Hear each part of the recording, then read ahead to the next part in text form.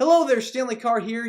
I love collecting music and sports memorabilia. Want to know where you can find some? I'll tell you. Go to oldglory.com. This website features one-of-a-kind apparel from your favorite sports teams and musical artists. And I can help you get 15% off of all items. Use the code WWH135. Enjoy the episode. Welcome to Wrestling with Heart, a podcast looking at pro wrestlers giving back to their community. Join me, Stanley Carr, as I interview wrestling's hottest names who use their platforms as entertainers to raise awareness and do community service. Hello and welcome to another edition of Wrestling with Heart. This is the show where we talk with professional wrestlers and professional wrestling personalities about their lives in and outside of the ring, as well as doing acts of charity work, community service, volunteering, and spreading positivity. We're always about the positive vibes here on the show. Before I introduce my guest today, I want to take this time to promote our brand new book, which you can see right here on the screen. It's Champions for a Cause, Volume 1. It is a collection of interviews with some of your favorite professional wrestling personalities like Jake the Snake Roberts, Tito Santana, Mark Merrow, Buff Bagwell, and so many others. It is available now on Amazon.com for $15 as a paperback. I've got a very special guest with me today. She is a rising content creator and interviewer in the world of professional wrestling, as well as a streamer. I'm talking with Wheezyblonde here today. Welcome to Wrestling with Heart. Hello, Stanley. Thank you for having me. How are you doing? I'm doing fine. How are you doing? I'm pretty okay. It's been a busy morning. It's been a busy day, but that's just how it is. You just kind of run through the day. Exactly. And us content creators and streamers, we try to carve out time to promote and put out as much content as possible, structuring it along with the other tasks that we have to do during our daily routines. Were you always a big wrestling fan growing up? So I became a fan when I was a kid. I was raised by pretty much just my dad, and he was a fan. This would have been the late 90s, and everyone was really watching wrestling at that time. That was kind of peak Attitude Era. And I watched well into probably like middle school, fell out of it in high school, kind of checked back in here and there, but I wasn't watching regularly. And then my husband started working nights about like 2016, and I had nothing else to do. He literally would leave for work at 7:30 p.m. and I started watching wrestling again and got back into it. It seems like you kind of have that cycle where you're in it for so long. And I think the Attitude Era was a perfect case of like so many people were into wrestling. It was a piece of pop culture. Everywhere you go, there were signs, there were billboards, there were TV spots. Wrestling was just such a huge phenomenon during this time. And then there was a little bit of a drop off a few years later. So many people kind of took a break from it. And now it's kind of cool again to where people are actively watching wrestling. And there's more alternatives, more outlets for people to go and watch now with social media and the internet. So you could watch wrestling basically on your fingertips, essentially. Yeah, there's unlimited access to it. It's kind of crazy. I mean, the stage of the internet has made it accessible like that. The streaming services, the amount of creators and YouTubers and people that also keep people in know. That was kind of how I got back into it, was YouTubers that would recap shows. And the thing is like you had like the classic good guys and bad guys, and it was a hook and it was a draw for people to really get invested in the product. And so growing up, who would you say were your heroes, your idols, people you like looked up to, your favorite wrestlers as a kid growing up? Team Extreme was, I think, what stands out the most, because Lita, I mean, as a little girl growing up watching wrestling, I mean, it's a different perspective watching the evolution of it. And Lita was, and Trisha as well, but I vibed more with like the real alternative kind of BA look of Lita, and seeing her kind of hang with the boys and do the kinds of things that she did and express herself and just be who she was kind of what stood out for me for sure. Trish and Lita, I feel like were definitely trailblazers in the business because you had the sexiness that also combining with the no nonsense athletic style of wrestling. And Lita definitely was one of those women that was just so cool and unique and had just such a different style compared to the women at the time. You had China, of course. and she also like was paved the way for so many women too. But Lita just had such a unique persona about her, and aura, that it's just words can't describe like how influential she became in the wrestling business. No, I just wanted to be her. I just wanted to, especially as a kid, you don't think about, as a kid being a wrestling fan, you're not looking at things of, how people are being influenced or what their effect on the business is. You're just a kid that's enamored by whatever you're seeing happen on TV. And for me, the look of Team Extreme, they looked so much different than everybody else. They had that alternative style, which I really liked. And same thing with Lita, and yeah, it just always stuck with me. And still a huge fan of hers. She's lovely. Have you had the chance to meet Lita at different events? I have, yeah. I've met her a few times when I first really started going to conventions and getting into this like 4 years ago. And then I just recently worked with Trish Stratus in Las Vegas. I worked on her first Crush tour, and she did a meet and greet with Lita, and I got to spend a little bit of time with them. And they're just amazing. They're both so sweet and awesome, and Lita is very cool. It's hard not to get starstruck when you see these people you grew up watching on TV all these years later in person. You're like, oh my gosh, I'm finally getting the chance to meet this person. Wow.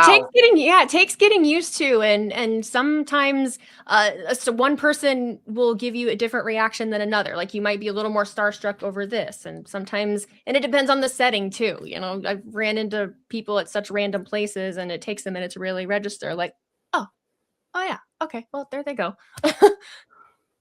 Did you ever grow up playing any of the video games or collect any action figures? Were you like one of the obsessed fans, like really, really into it?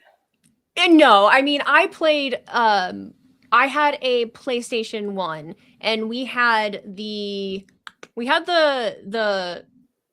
Attitude Era one. I don't even remember. All I remember is the disc itself had like Attitude scribbled on the front of it. It was red. And I played that. I remember that because you could actually get out of the ring and go backstage. You could do like no DQ matches. And I played the crap out of that. And you could also do Create a Wrestler.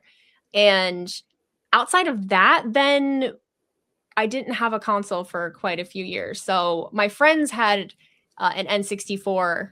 I grew up with all guys. I was like the only girl out of my parents' friends. So I remember watching them play all the different ones that were on the Nintendo, but I didn't. They didn't let me play, so I just watched.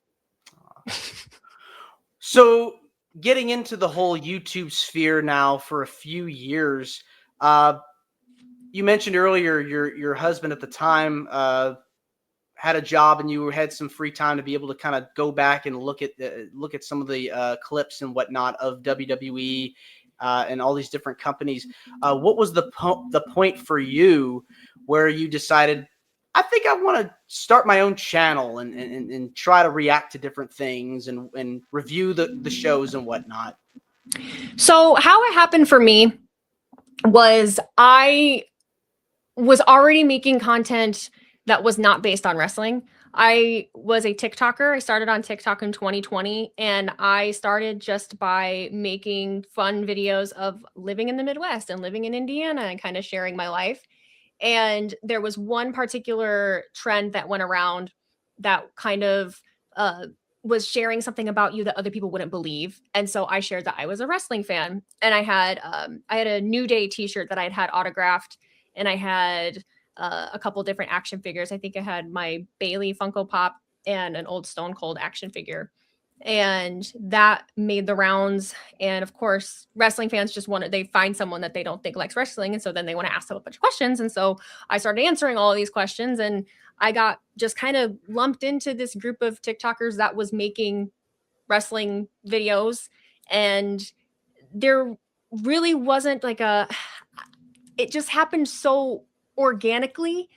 I didn't even have a plan of what exactly it was all going to be. It was kind of just throwing ideas at the wall and keeping going. And I had other friends that were doing it at the same time. And that's really just how it started. Isn't it amazing how, like, as we talked about earlier, like the cycle keeps coming back around? Because for years, pro wrestling was kind of deemed uncool, like the uncool thing to kind of keep to yourself almost. And so now it's like wrestling is so cool again. It's been widely accepted. I hope it stays this way for years to come, for decades to come, because wrestling just provides such an escape from everyday life.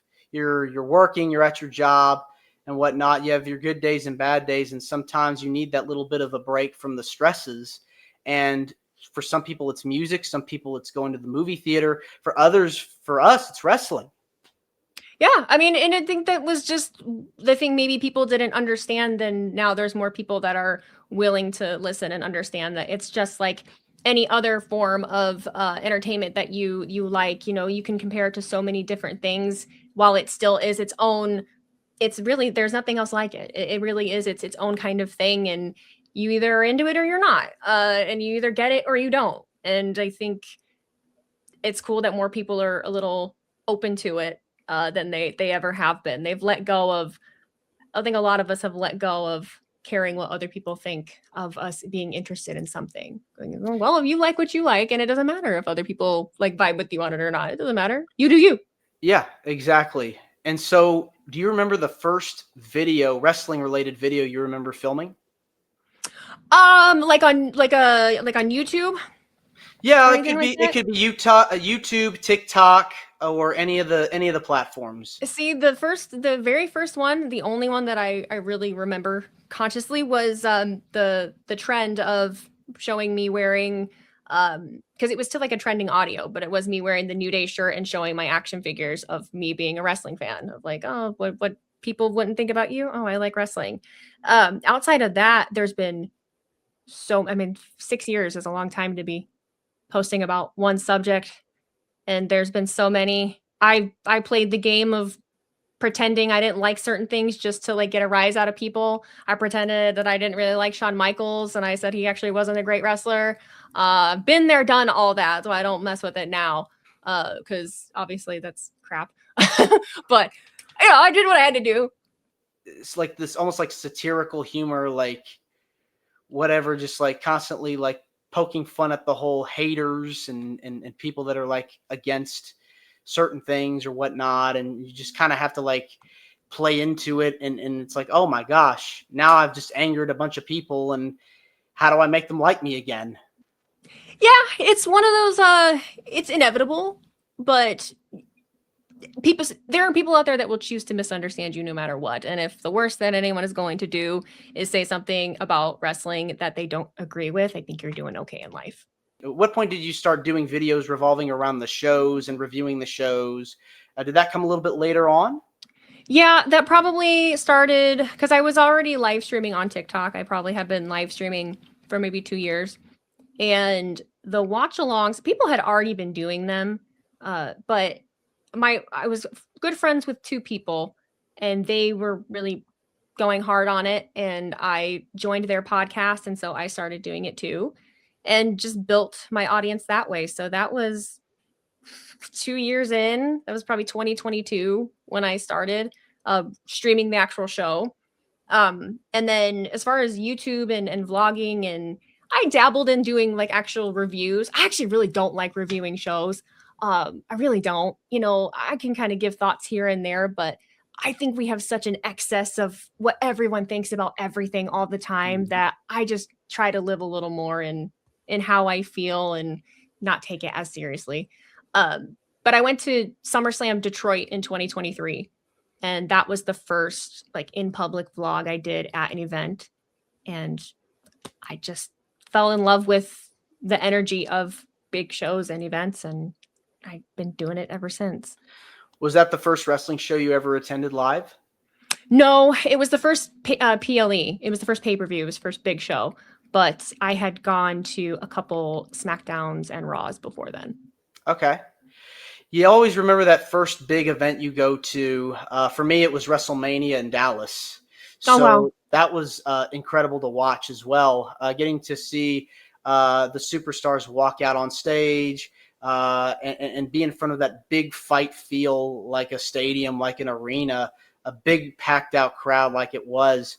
I remember getting goosebumps going to WrestleMania for the first time. I'm sure when you attended SummerSlam, you felt the same way, because there's nothing like getting that adrenaline rush and that feeling of going to something that's huge and it's a real mega event. I cry at like every big event that I go to. I cry. I'm a concert crier. I'm a wrestle crier. I've gotten to do the coolest things because of this thing that I started doing. And it's really, really wild to think that I've been able to do and experience some of the things that I have without having started making videos, all from just this hobby. And so I try not to take any of it for granted. And so it does make me cry, because also being around that many people and just watching people be impassioned about something. I love it's when you can really see like the best of humanity. We don't get to see a lot of that all the time. So getting to just watch people love something it's an experience. Yeah, I definitely love how you brought that up, because wrestling definitely can bring out so many different emotions. Whether you're cheering the good guy, booing the bad guy's beating up on the good guy's beating up on the bad guy, and it's just like constantly like a roller coaster of emotions. You've had the opportunity to interview so many people throughout your time so far in the business. Talk to me about how you got the opportunity to do these interviews and starting to get your name out there. There's a lot that's happened, and a lot is, oh, you have this opportunity with this place, and some of it comes to fruition and some of it doesn't. So sometimes it's because a company itself invites you. Sometimes it's because a wrestler themselves says, hey, I would really like to do this, would you help me? And sometimes it's like a promoter, which is how I ended up working with Trish. And I can only attribute it to the person that you see on videos and online is me, and that's who you meet in person. And for some reason, it just resonates with some people, and they're willing to let me, learn. And I did not grow up an interviewer. I was really scared to do stuff like that. I would love to do more, but people have been very patient and gracious with me, and people in the business have been nothing but kind to me as well. So it's a surreal thing to get to do. It's definitely something you consistently have to work at, like content creating. It takes so much work to really build your audience and construct content that people will want to watch on a regular basis. And so there's a lot of challenges, obviously, that come into that. What would you find have been some of your biggest hurdles with coming up with new content, and how have you been able to overcome them? I would say the biggest hurdles have just been knowing you can't center everything around your content.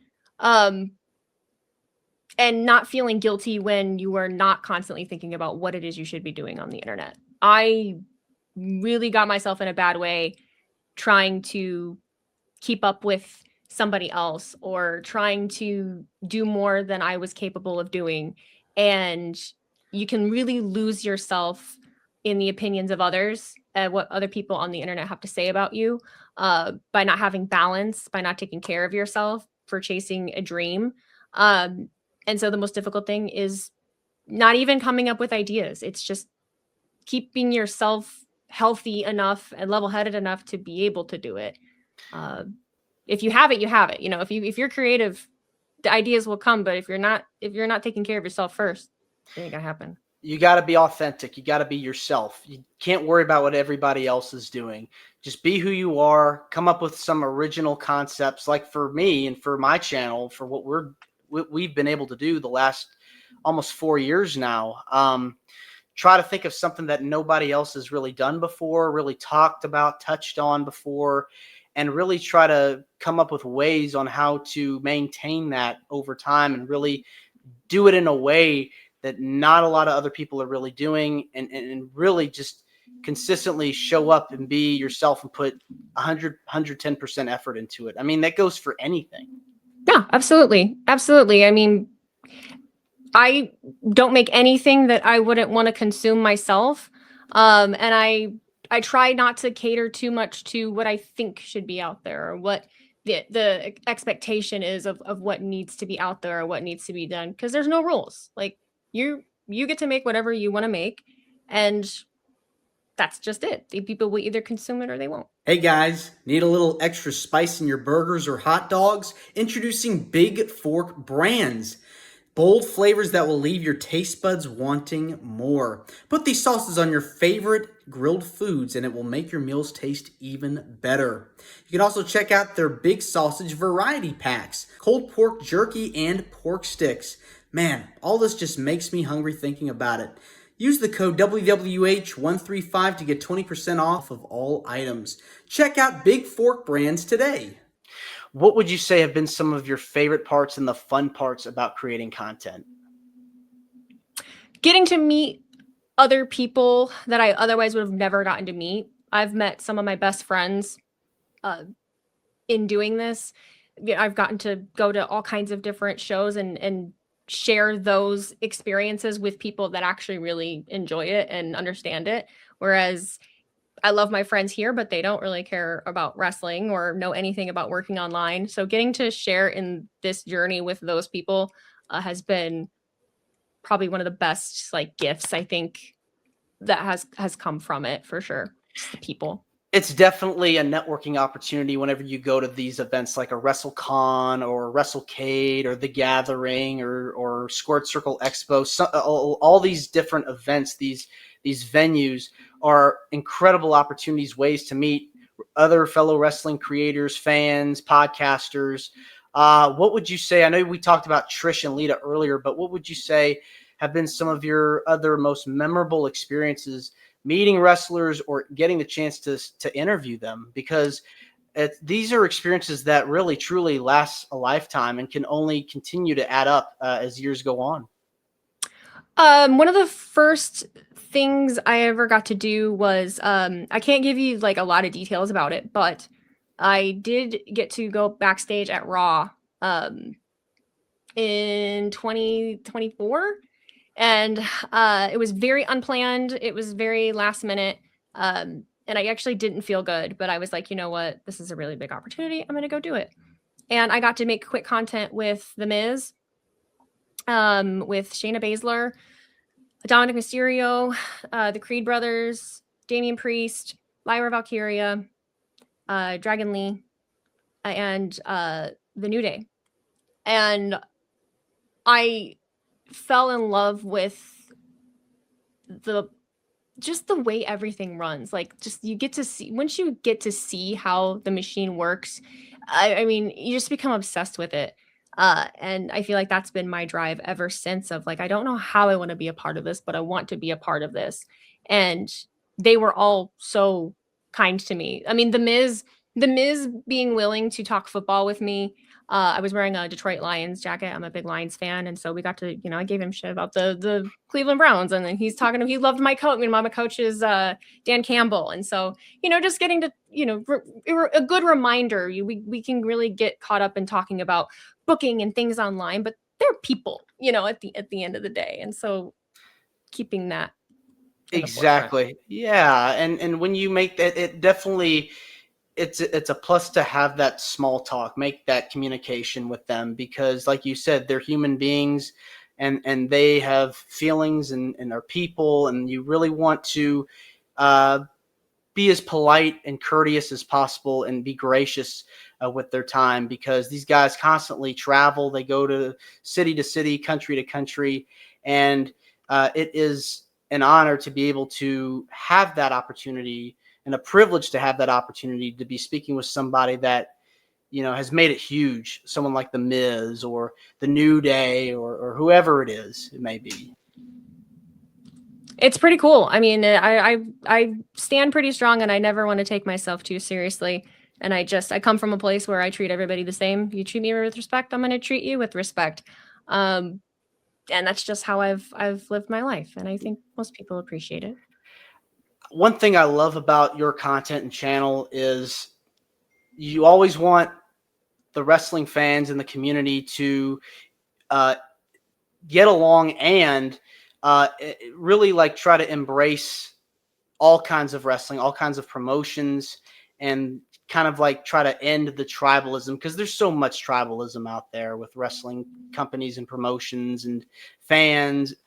should say that there's a lot of tribalism that goes on amongst fans when it Yeah, comes for to sure. different promotions, and you're one of those people that really want to advocate for kind of like to end that, because I feel like at the end of the day, we all love wrestling. We all want to see everybody succeed, and that's the important thing.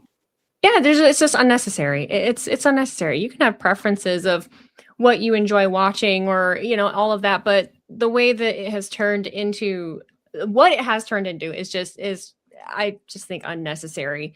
It doesn't need to be that way. And the fact that there's as much wrestling right now and as much access to it as there is, uh, it goes back to me saying, be comfortable with what you like and what you consume, and you don't have to argue your points with other people. If you want to watch AEW and that's it, that's fine. If you want to watch WWE and that's it, that's fine. It's no skin off your back, anybody else's back. You don't need to put somebody else down just because they only watch one or the other. It doesn't. There's no point. They don't want you to do it. Don't do that. It's unnecessary. I mean, for me, growing up, I was all WWE 100%, but now that I'm older, I can appreciate all the other companies in addition to WWE, because the more wrestling content there is, the more the wrestling business grows and thrives, and I think competition definitely helps. I mainly stream WWE because it's what I always had. It's what I have time for. AEW has been nothing but kind to me. They've invited me to shows. Their wrestlers have been kind to me. TNA has been gracious with me. The wrestling, if you put your all into it and be a good person, you don't have to do that. You don't have to pick us. You don't. You just do whatever you want to do. I don't know how to word it better, but it's just I just have never focused. I've never focused on it, and I don't engage in it, and I don't entertain it because that's no reason. Yeah, I mean, I think that the more we can try to find common ground and the more we can try to find the things that we do like in wrestling, I feel like it's just will be in a much happier place. Truly, truly believe that. What would you say are goals you would like to pursue in the wrestling business? Do you want to create another podcast on your own? Do you want to be a work for one of the big companies doing backstage work or interviews, or what do you see yourself doing? I've been doing this for 5 years at this point. I've had a lot of empty promises of things that might come to fruition and never did. So I think at this stage in my career, I love wrestling. I will always love wrestling, but I'm no longer I'm no longer just keeping myself in wrestling is all I am. I'm very open to working in really any area of sports if I can. I really do want to get back to making more creative videos on YouTube, but I would love to work for a company if the opportunity presented itself and it made sense for me. I love being on camera, but I also like working behind the scenes. I would love to work in social media in some way. I would love to work for an entertainer, a wrestler, and do their social media for them. I'm kind of wide open at this point. I'm 34. I'm about to be 34. I'm very blessed to have gotten to do the amount of things I've done in this and with content creation, but I'm also a little realistic of, okay, well, what does 5 years down the road hold for me? What does 10 years down the road hold for me? And while all of these companies have been gracious to me and giving me access to certain things, I have to think about myself too, and my family and what's best for me. So I'm really open right now. But I'm still having fun in the process. Do what makes you happy. Do what you feel like your gut is telling you. Do what you feel is right. There's plenty of opportunities, and you got so much time to be able to accomplish and achieve whatever it is you set your mind to. We're a show that is very passionate and big on charity work and volunteering and community service. I'm sure you've had the opportunities to go out and do some things, help make a difference. What are there causes or are there things that you're very passionate about that you've been able to help out with over the years? Yeah. There's one show. Well, there is what I can name off a couple things. As far as wrestling is concerned, there is a promotion in my city. It was called Revolution Championship Wrestling. I think they've recently changed their name, but they do a benefit every year. It's called the Slam Cancer Event. I think it actually just passed. But all of the proceeds for that do go for, I believe, the Center for Hospice and another organization. And so I try to help them plug every year. I try to stay as local as I can for the most part. There's another organization in my area called A Rosy Place for Children. And what A Rosy Place is, it's completely nonprofit. And it is a medical facility weekend getaway hospital, basically for medically fragile children that need 24-hour care. And so that's really taxing on family members and parents that have to take care of a child that needs medical care 24/7. So it gives the families a reprieve from needing to take care of their child while they're in good hands. It's all volunteer based with medical staff. They have specific swings for wheelchairs. My dad worked there for a long time, so he helped like set up the swings, and they have a big fish tank, and they have games, and they help the kids have fun while their parents are able to kind of rest, and it's a good benefit for everybody. So A Rosy Place for Children is usually where I send most of my attention. Wow. I mean, that's so amazing, so fascinating to be able to have an outlet for children that are going through so much, have a place for them to enjoy life and have fun and take it easy, to, take a load off of what's going on. And so how long have you been involved with this? Oh my gosh, my dad had been working there for probably at least 15 years. I've done a few benefits for them, but they run events throughout the whole year.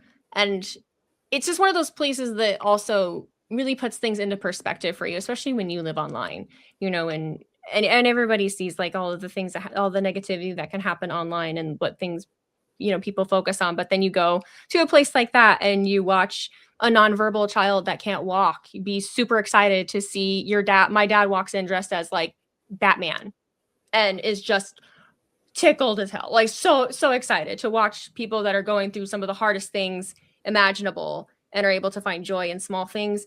I think that is why I am the way that I am, and why I can't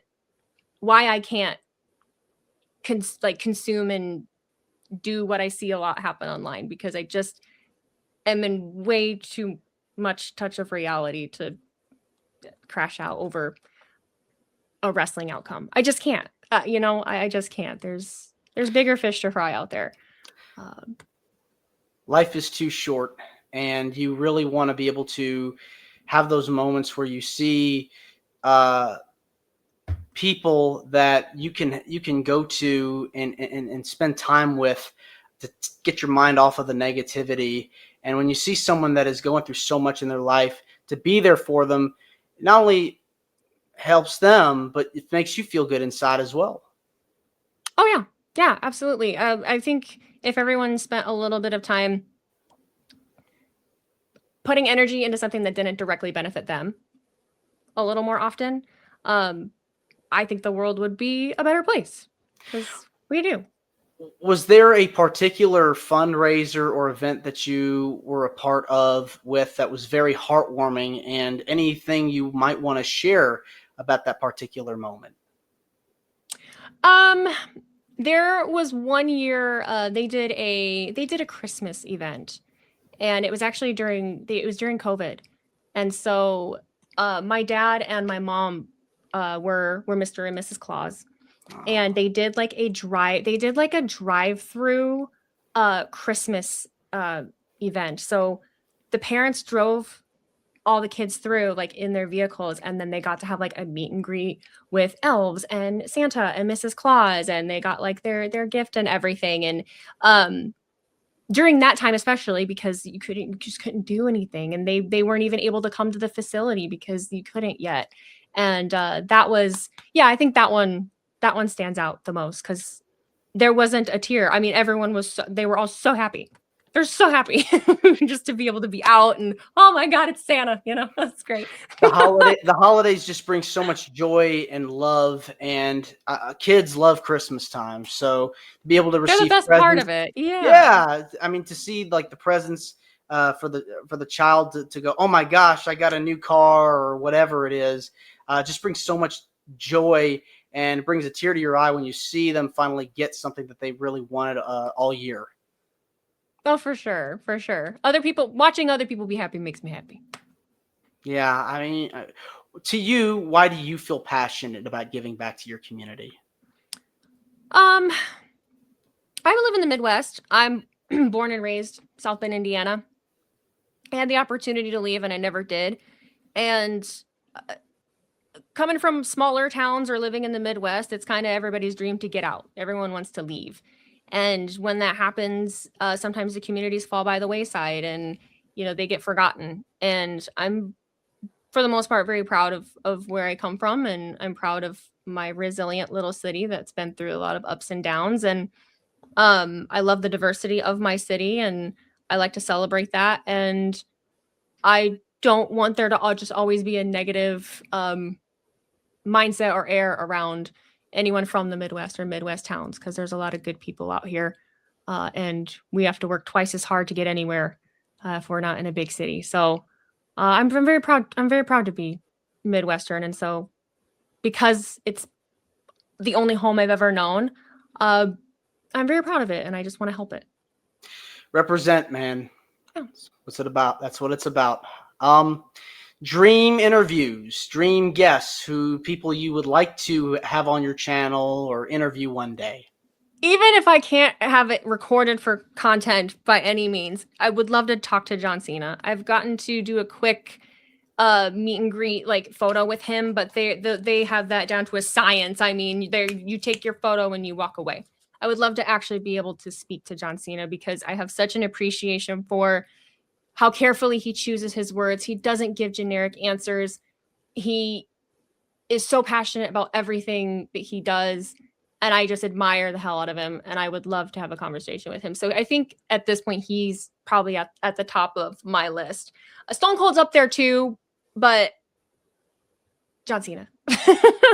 He's such an amazing speaker. Like, you watch some of his Q&As that he does at these different conventions, like the way he responds and gives his answers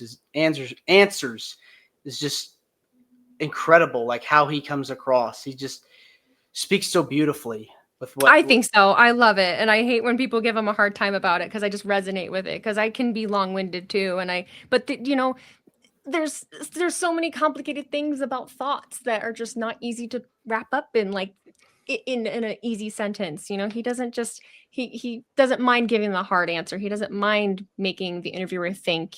He doesn't agree with everything. And I just really admire that about him. I would love to pick his brain. I really would. Yeah, I think that he's had such an amazing career, 25 plus year career. What'd you think of his retirement match with Gunther and the whole run that he had leading up to it? Because I know it's been kind of divided amongst the fandom, but I think that for what he was able to do, he had some pretty good matches. But what was your take on the whole retirement farewell? So the whole farewell run, I feel so fortunate that I got to be a part of so many of those shows. I got to be at so many of them, and I did it purposely. There was a thought where I was like, this might be the last year that I'm able to do content creation. I really did. I don't know why I felt that way, but I just felt like, you know what, I might have to be moving on. Let's really go out with a bang. And so I got to be at WrestleMania. I got to be at Royal Rumble. I was at WrestlePalooza. I got to see him so many times. He did a great show up in Grand Rapids where CM Punk and him had it just was great. And I took it for what it was. I didn't want to project onto the retirement tour what I wanted it to be.